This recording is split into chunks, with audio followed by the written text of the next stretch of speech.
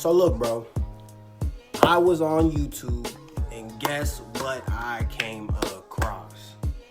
Another Jubilee video. So why the fuck not? So we're gonna be doing a Jubilee video today on should sons be raised differently? Fathers versus daughters, a middle ground. So probably what they're gonna be talking about is I really don't know. I can't really give a perspective about this one. So without further ado, we're gonna hop right into it and see what they talking about today on today's episode. So let's get right into it, guys. We had this brilliant idea. Let's get a place together. But my dad's not cool with it. Human nature is like if they're living together, they're going to hook up sexually. Something is going to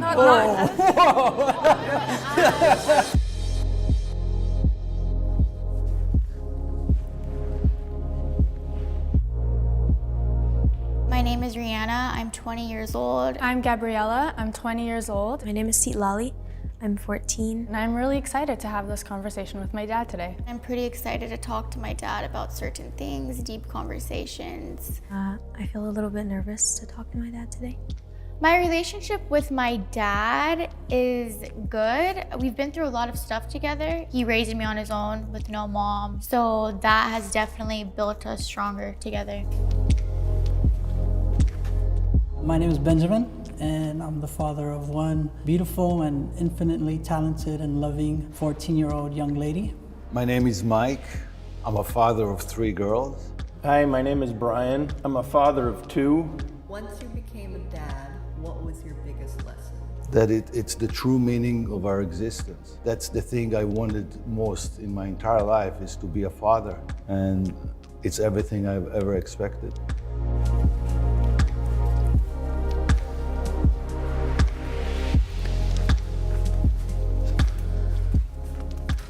I'm Gabriella, and this is my dad, Mike. I'm Mike, and this is my daughter, Gabriella. My name is Benjamin, and this is my beautiful daughter, Lali. My name is Lali, and my dad is Benjamin. Hi, I'm Rihanna. This is my dad, Brian. This is my daughter, Rihanna. Daughters, please go to the left. Fathers, please go to the right. Step forward if you agree with the statement. Daughters must be raised differently than sons.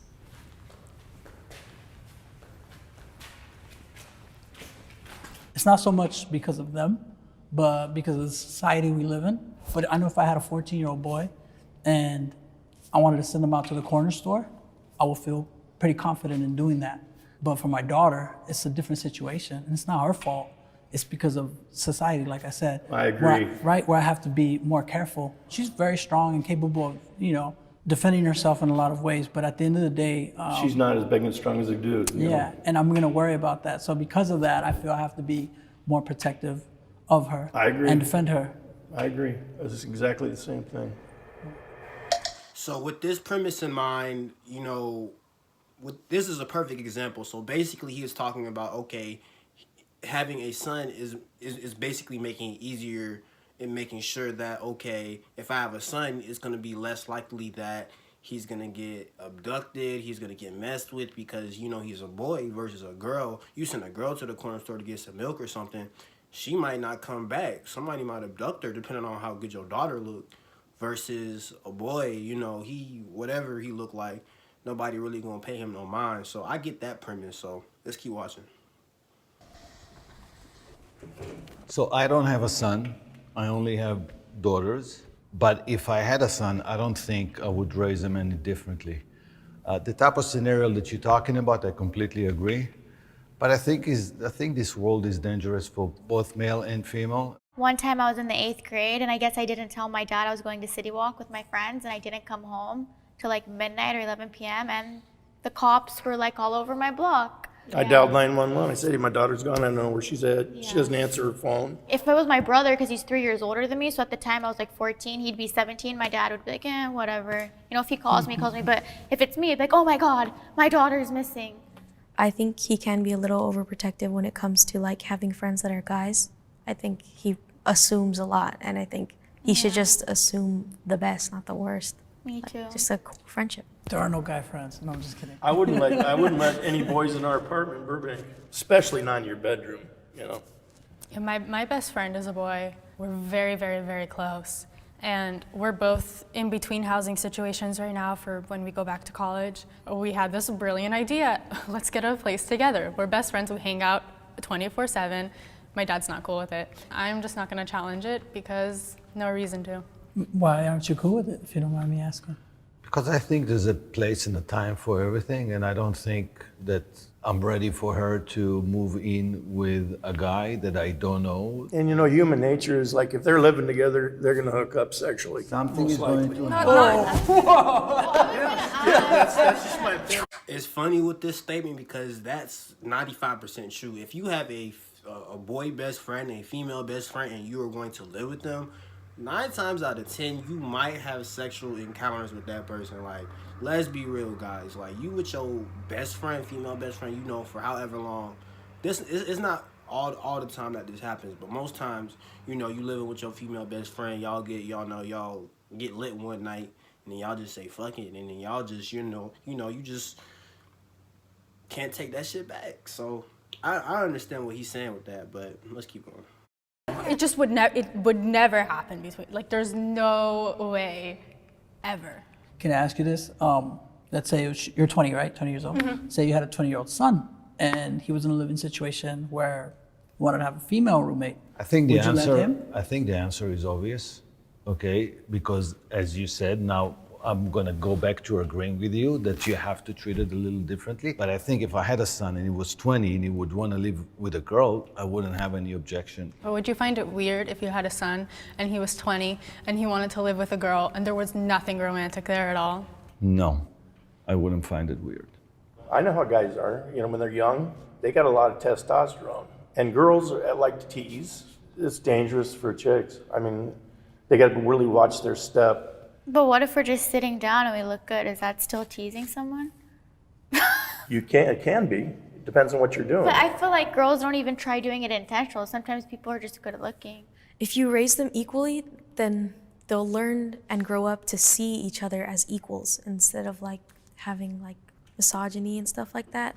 I completely agree with that. Me too. Completely. Blaming the girls kind of puts the onus on the girls to stop that gross behavior when the onus is on the boys and the people who are raising them and the media that they're watching.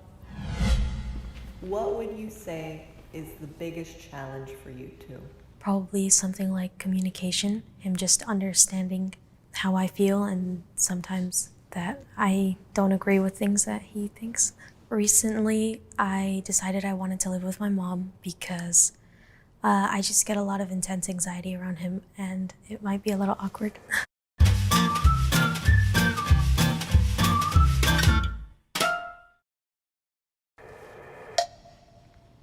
I struggle to communicate my feelings to my family.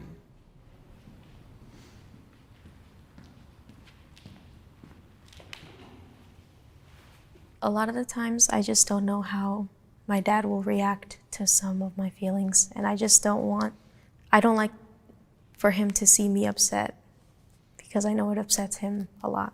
I do remember very vividly one time him telling me that whatever my energy is, he's gonna put the same energy back. I remember he told me that one time, and it kind of just stuck with me, and I always think about it. So I'm always thinking, what do I say? How do I put myself like when I'm angry and stuff?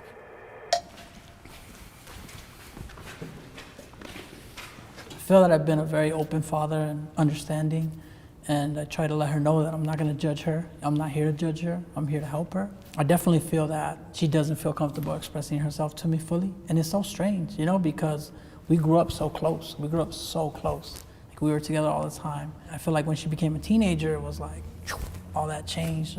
Usually that's how that ends up. When you're younger, you know, you're lovey-dovey with your parents, they're taking care of you. And then when you get to your teen years and then you realize shit and you want to just kind of break away from that cycle, and they start to kind of be like, okay, he's not acting the same, he's acting different.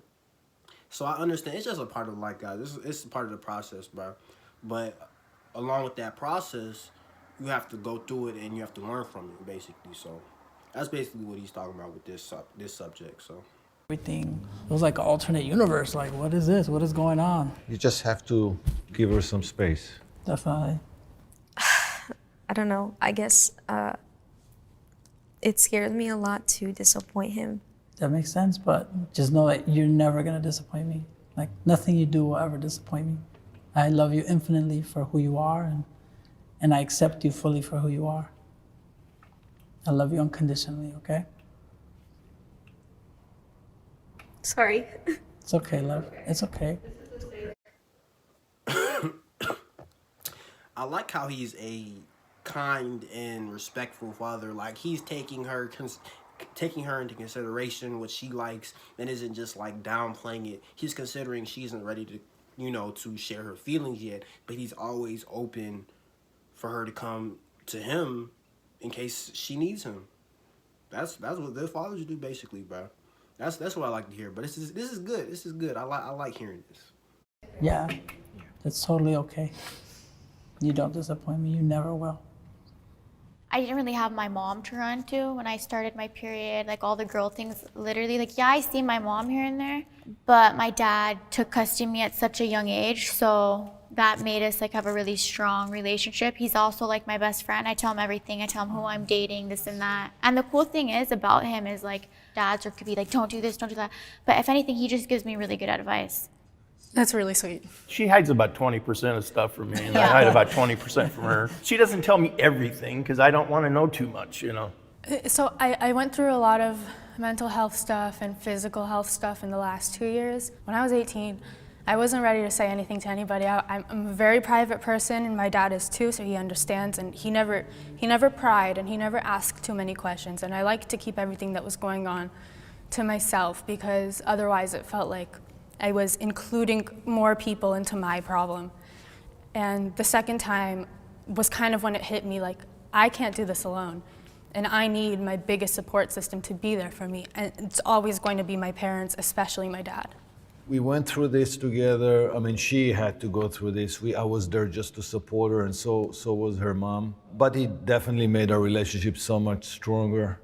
I mean, I wouldn't have it any other way.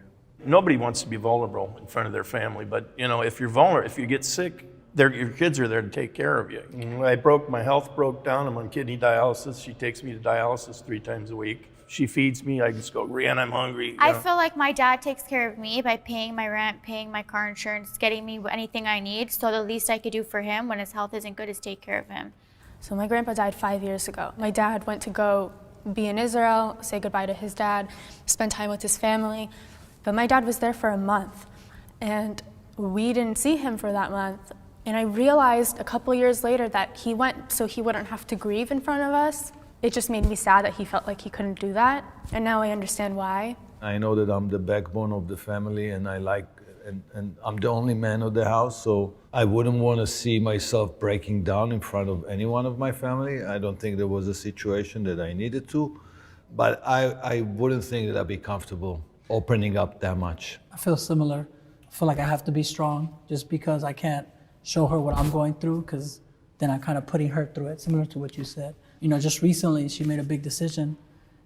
So basically with this little segment, bro, it's kind of like an emotional part. So it's kind of to the point where they don't feel comfortable with grieving around their daughters or sons or whatever, so they don't have to feel like it's a burden to them, so they won't have to cry or feel bad for them for grieving. So he went a whole different place so he could grieve by himself. And I know a bunch of people like this, bro. There's nothing wrong with doing this, bro. Even though it's kind of, I understand where he's coming from, you should be comfortable enough to grieve around your family members because they're the people who care for you and love you the most. But at the same time, most people have too much pride and have too much status, especially if you're the father of a household. You don't want your family members to see you breaking down because you're supposed to be the backbone. So that's what he was basically talking about. She decided that she wanted to stay with her mom full time. Since she was 2 years old, we've always shared custody 50-50 down the middle. So I went from seeing her half of the time to here and there, and it hurt me a lot. It hurt me down to my core. But at the end of the day, that was her decision, and she thought it was best for her mental health. So I agreed with it. But I can't sit here and say that night I didn't go home and cry, But Obviously, that's not something I want her to see because I want her to be happy regardless of anything. Raising a 14-year-old young lady, being a man myself, there's a bit of a disconnect. And in this world of social media and instant gratifications and all these things that we have to deal with, it's the biggest challenge I've ever had.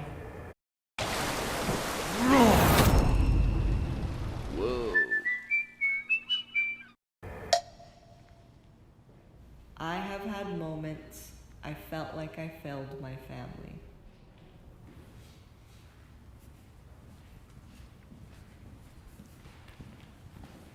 My hospitalizations have put some financial strain on my family, and they've taken a huge emotional toll on my family, my parents and my sisters.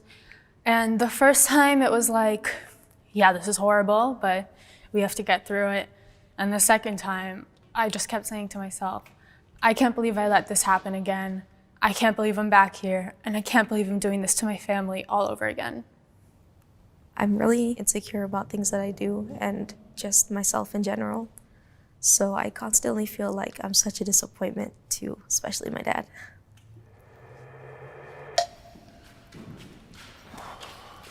Well, the question was if you feel you failed or disappointed your family. I mean, why do you?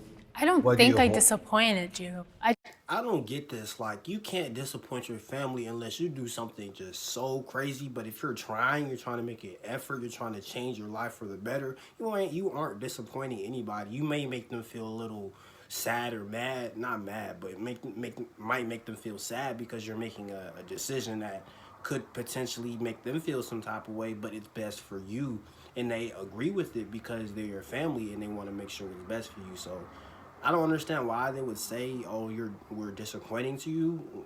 I don't know what makes them think that, but I can see they're generally trying to help, improve their life, and the fathers are doing, just as much effort as they are to help improve it for them too. So Just feel if I had been a little bit more diligent, I wouldn't have found myself in the position that I was in August. Yeah, but you also have to remember that you were fighting and it was a little stronger than you and eventually took over and we needed to fight back and we fought back and we won it. But you definitely did not disappoint us or failed us in any way. That's absolutely not the case.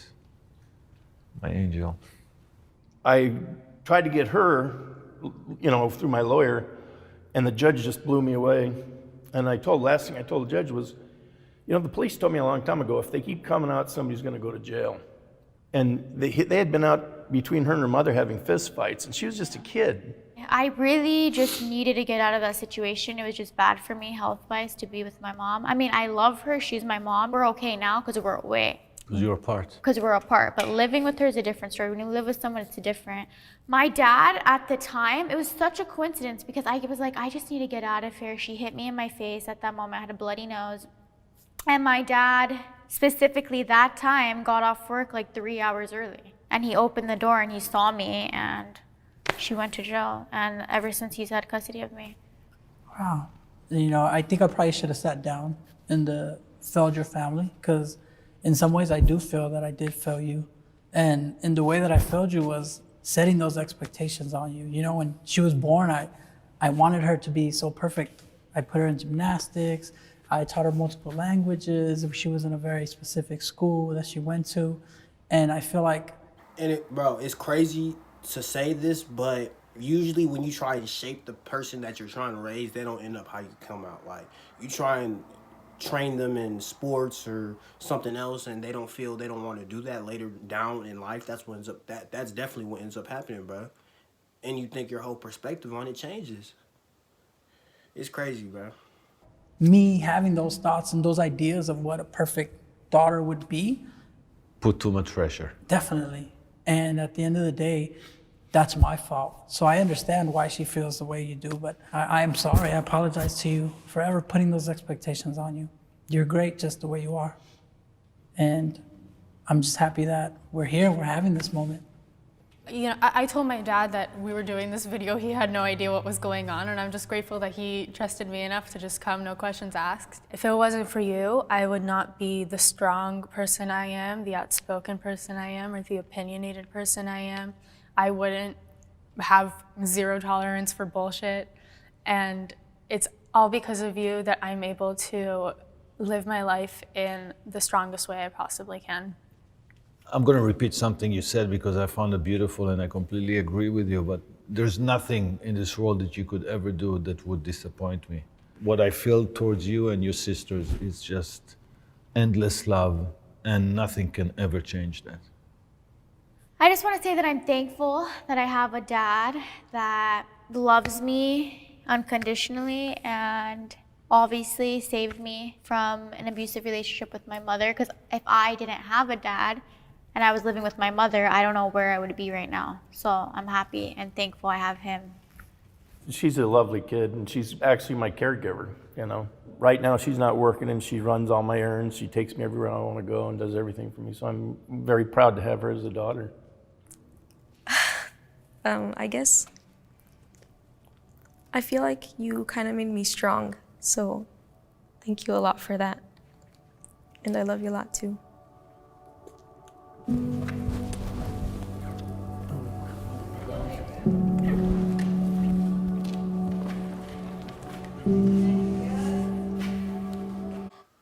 All right, guys, that's the end of this episode. So, should sons be raised differently from your daughters? Yes, like especially if your parenting skills are different, and for each gender, you cater to the boy differently than you cater to the girl, because there are certain things you need to teach the boy that you can't teach the girl. So it just depends, bro.